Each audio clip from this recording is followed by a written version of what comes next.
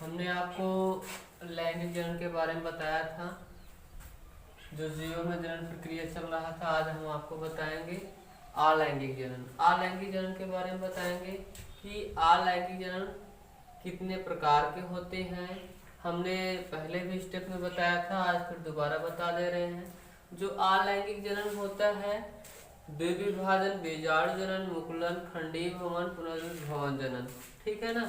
ये पौधों में जो अलैंगिक जनन होता है उसके द्वारा आपको बताया जा रहा है, ठीक है ना। आगे पहला हम देखेंगे द्विविभाजन जनन। द्विविभाजन मतलब कोई भी जीव होता है, कोई भी जीव, अर्थात आप कह सकते हैं कि द्विविभाजन जो जनन होता है यह प्रोटोजोआ में होता है। किस में होता है?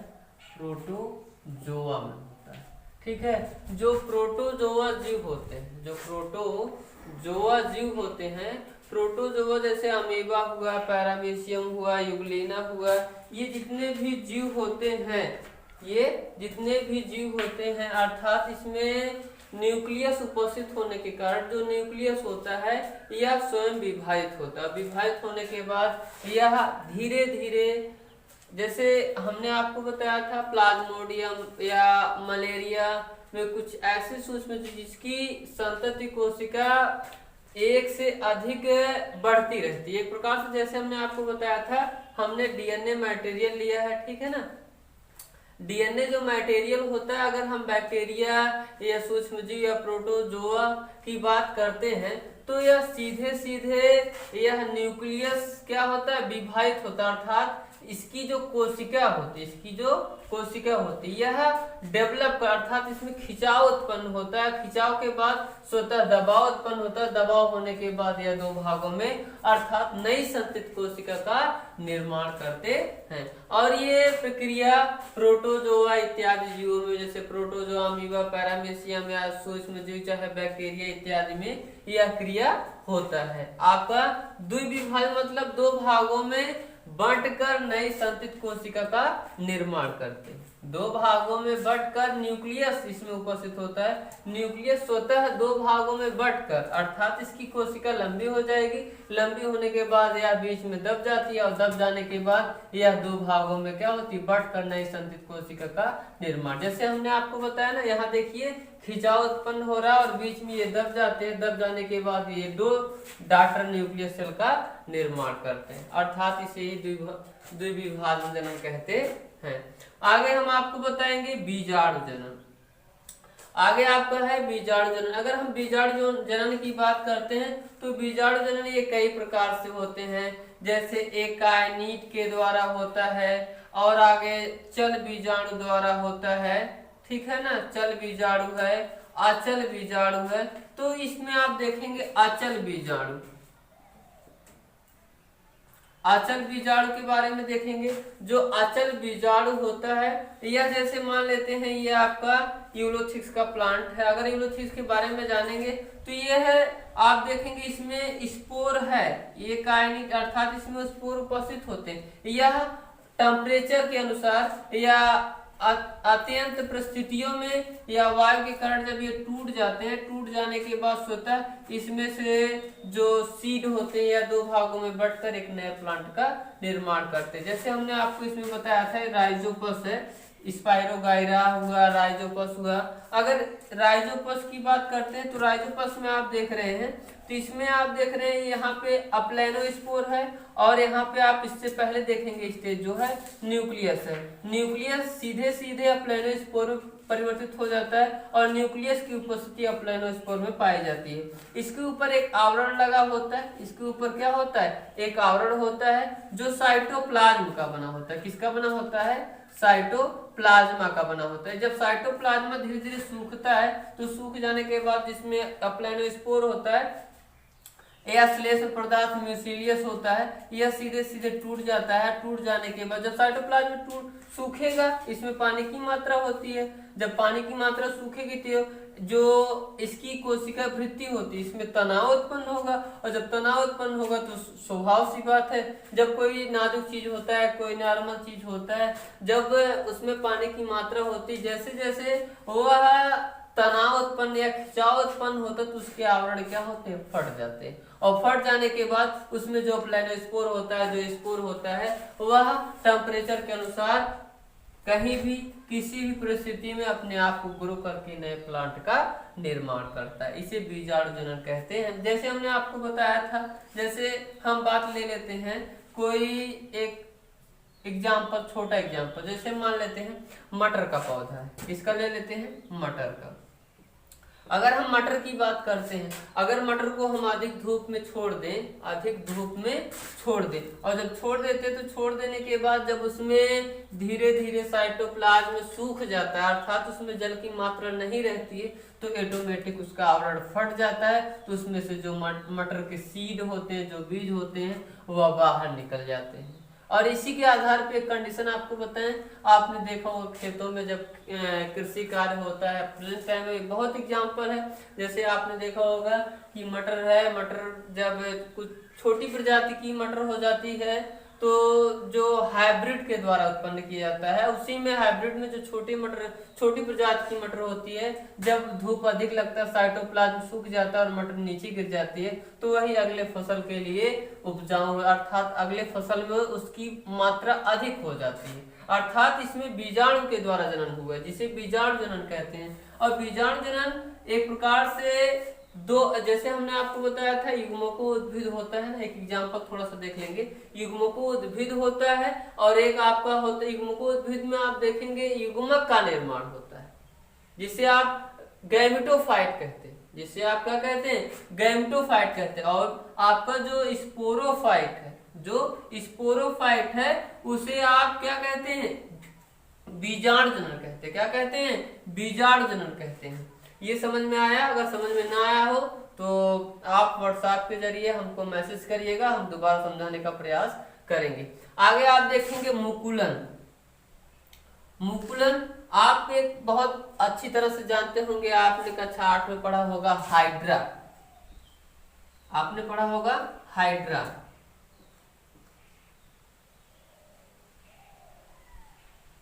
हाइड्रा में यही उसके निचली सतह में बड निकले होते हैं। क्या निकले होते हैं, बड निकले होते हैं। अगर हम किसी भी चीज की बात करते हैं, जैसे पौधों में आपने देखा होगा किसी भाग में जैसे कोई टहनी निकली है, कोई शाखा निकली, अगर हम उसको काट देते हैं, अगर हम उसको काट देते हैं तो काट देने के बाद वह स्वतः जर्मिनेट करता है। या हम कोई, जैसे आपने देखा होगा गुलाब का पौधा है, गुलाब के पौधे को अगर हम उसकी शाखा को, उसकी टहनी को काट के किसी जमीन में या कहीं जल की मात्रा रहे उसको उसमें लगा दे तो वह जर्मिनेट कर लेता है। तो उसी के आधार पर आपका मुकुलन होता है। मुकुलन प्रक्रिया में आप सबसे पहले देखेंगे कि मुकुलन प्रक्रिया में ये जो न्यूक्लियर होता है, ये जो न्यूक्लियर होता है और उसके अगल बगल अनेक प्रकार के साइटोप्लाज्म होते हैं। और उसी प्रकार से हाइड्रा जो होता है, हाइड्रा में अनेक साइटोप्लाज्म, अर्थात यह पानी जैसा होता है। कैसा होता है, पानी जैसा होता है। और इसमें जो बड निकला होता है, यही बड आगे जाके धीरे धीरे ग्रोथ करता है, धीरे धीरे क्या करता है, ग्रोथ करता है। और एक ऐसा स्टेज आता है कि यह हाइड्रा के नए पौधे, जो पुराना पौधा है, पुराने पौधे से यह क्या होता है, अलग हो जाता है। और अलग होने के बाद एक नए हाइड्रा का निर्माण करता है, जिसे मुकुलन कहते हैं। जिसे क्या कहते हैं, मुकुलन कहते हैं। जैसे हमने आपको बताया है हाइड्रा की जैसा एक एग्जाम्पल आपका यही है न्यूक्लियस। क्या है, न्यूक्लियस। इसमें न्यूक्लियर उपस्थित होता है, इसके अगल बगल आप देखेंगे साइटोप्लाज्म, ये सब क्या है, साइटोप्लाज्म है। और साइटोप्लाज्म में आप देखेंगे यहीं पे क्या है, ये आपका न्यूक्लियर है। क्या है, न्यूक्लियर है। ये न्यूक्लियर जब विभाजित होता है, न्यूक्लियर जब विभाजित होता है, नई संतति कोशिका का निर्माण करता है। नई संतति कोशिका का जब निर्माण करता है तो यही नई संतति कोशिका या जो नई संतति कोशिका डॉटर सेल, अर्थात ये जो न्यूक्लियर होता है स्वतः ये विभाजित होके नई डॉटर सेल का निर्माण करता है। और जब निर्माण करने से पहले ये दो स्टेज में बढ़ जाता है, बीच में पतला हो जाएगा और दोनों बाह्य भागों में लंबे मोटे हो जाते हैं और बीच में पतले होने के नाते ये दो भागों में बढ़ जाते हैं। और बढ़ जाने के बाद एक नए प्लांट का या नए पौधे का निर्माण करते हैं, जिसे आप कहते हैं मुकुलन। क्या कहते हैं, मुकुलन कहते हैं। समझ में आया इतना? एक बार फिर से रिवीजन कर दे रहे हैं। द्विविभाजन मतलब ऐसे सेल या ऐसे कोशिका जो दो भागों में बंट जाए उसे द्विविभाजन कहते हैं, अर्थात दो भागों में स्पष्ट बंट जाए। बटेगा तभी जब उसमें न्यूक्लियस उपस्थित होगा तब। ठीक है, यह बैक्टीरिया या प्रोटोजोआ इत्यादि प्राणियों में पाया जाता है। अर्थात जितने भी एक कोष की जीव है, जितने भी एक कोष की जीव होते हैं, सभी एक कोष की जीवों में आपका यह विभाजन या जनन होता है। दूसरा हम देखेंगे बीजाणु जनन, जिसे स्पोरोफाइट कहते हैं। इस बीजाणु जनन में आप देखेंगे एक कायनीट के द्वारा होता है, चल बीजाणु होता है और अचल बीजाणु होता है। ये तीन विधि के द्वारा होता है बीजाणु जनन। ठीक है, एक आयनिक के द्वारा चल बीजाणु, अचल बीजाणु। एक आयनिक के द्वारा वेजिटेटिव रिप्रोडक्शन होता है। वेजिटेटिव रिप्रोडक्शन के द्वारा आप देखेंगे सेल कोशिका होता है या यहाँ से टूट जाएगा और टूट जाने के बाद स्वतः इसमें स्पोर होगा। इसका लेयर जो होगा वह साइटोप्लाज्म का बना होगा। जब साइटोप्लाज्म सूखेगा तो स्पोर निकल के आजाद हो जाएंगे और नए प्लांट का निर्माण करेंगे। वैसे प्रोसेस आपका राइजोपस में होता है। किसमें होता है? राइजोपस में होता है। राइजोपस की अगर हम बात करते हैं, राइजोपस में आप देखेंगे यहाँ पे आपका न्यूक्लियर है, उसके अगल बगल अनेक प्रकार के क्लोरोफिल हैं जिसमें हरे होने के कारण यह अन्य या फूड मटेरियल या स्वपोषी का कार्य करते हैं। और इसमें अप्लेनोस्पोर होता है। अप्लेनोस्पोर के द्वारा यह जर्मिनेट होता है। जर्मिनेट होने के बाद जब परिपक्व हो जाता है एक गुंबद जैसी संरचना का निर्माण करता है, जिसमें अनेक प्रकार का अप्लेनोस्पोर होते हैं। अप्लेनोस्पोर एक आवरण के द्वारा बंधा होता है जिसमें साइटोप्लाज्म की मात्रा होती है। जब साइटोप्लाज्म सूखता है तो यह आवरण फट जाता है और फट जाने के बाद एक नई जो सीड होता है यह जमीन पे आ जाता है। जमीन पे आने के बाद अनेक परिस्थितियों में यह नए प्लांट का निर्माण करता है। आगे हमने आपको बताया था मुकुलन। मुकुलन प्रक्रिया हमने जैसे आपको बताया था हाइड्रा प्लांट होता है, उसमें अगल बगल बड निकले होते हैं।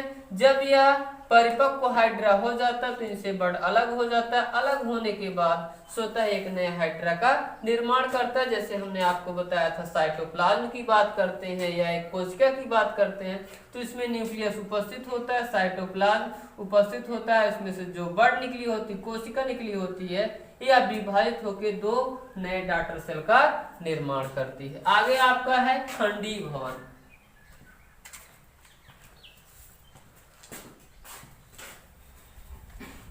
नोट करते चलिएगा आप सब।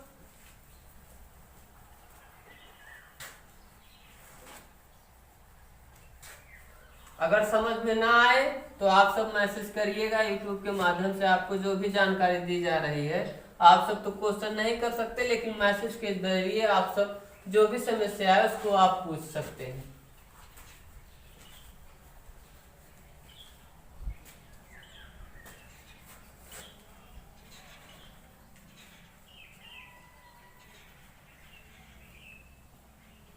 आगे हम देखेंगे खंडीय भवन। चौथा है आपका खंडीय भवन। अगर हम खंडीय भवन की बात करते हैं, कोई भी जीव होता है, अगर हम जीव की बात करते हैं, जीव में जैसे मान लेते हैं हाइड्रा हो गया। अगर हम किसी पौधे की बात करते हैं, पौधों में आप देख लेंगे कोई गुलाब का पौधा है। अगर गुलाब के पौधे को या मान लेते हैं गुलाब का पौधा ही देख लेते हैं। जो गुलाब का पौधा होता है, अगर हम इसको दो भागों में क्या कर दे, बांट दे। अगर हम इसको दो भागों में बांट दे,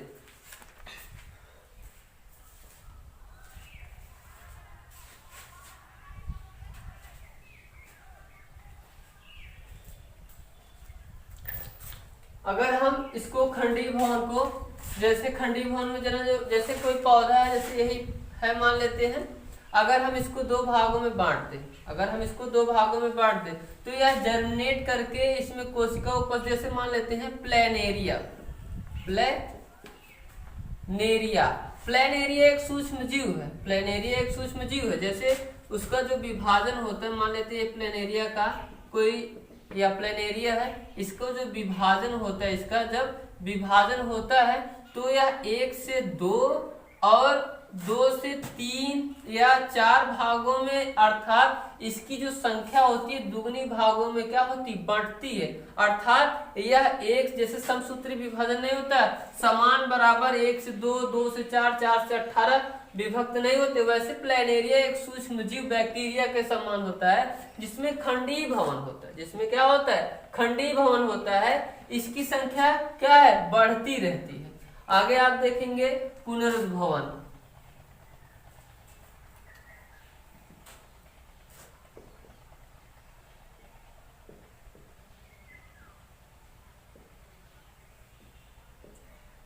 अगर हम पुनरुद्भवन की बात करते हैं, ऐसे जीव जो पुनः जर्मिनेट करके, चाहे कोई जीव है, चाहे कोई सूक्ष्म जीव, चाहे कोई बैक्टीरिया हो, चाहे कोई पौधा हो, पुनः विभाजित होके अत्यंत, या जैसे मान लेते हैं कलिका की बात करते हैं, अगर हम कलिका की बात करें, ठीक है ना, अगर हम कलिका की बात करें, जो कलिका होती, जैसे आपने देखा होगा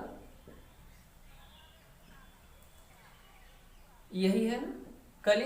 अगर हम यहाँ से एक कोई पौधा निकला है, अगर इसको यहाँ से हम बांट दे तो यह 2 भागों में, जैसे आपने देखा बेहेया, आपने देखा होगा बेहेया प्लांट, बेहेया में आपने देखा होगा कि जो बेहेया होता है या टेढ़ी मेढ़ी इसकी शाखा होती है, अगर हम इसको क्या करें, काट देते हैं, कहीं से काट दे और कहीं जमीन पे या आ जाए, तो जमीन पे आने के बाद होता है यह जर्मिनेट कर लेता है। जैसे आपने देखा होगा जंगलों में पाए जाते हैं, या आपने देखा होगा नहरों में पाए जाते हैं, तो जो बेहेया जैसा प्लांट होते हैं, जैसे कलिका के समान बेहेया होता है, अगर हम उसको काट देते हैं या उसको तोड़ दें, कहीं फेंक दें, और फेंकने के बाद सोता हुआ जर्मिनेट कर लेता है, तो उसे पुनरुद्भवन जनन कहते हैं।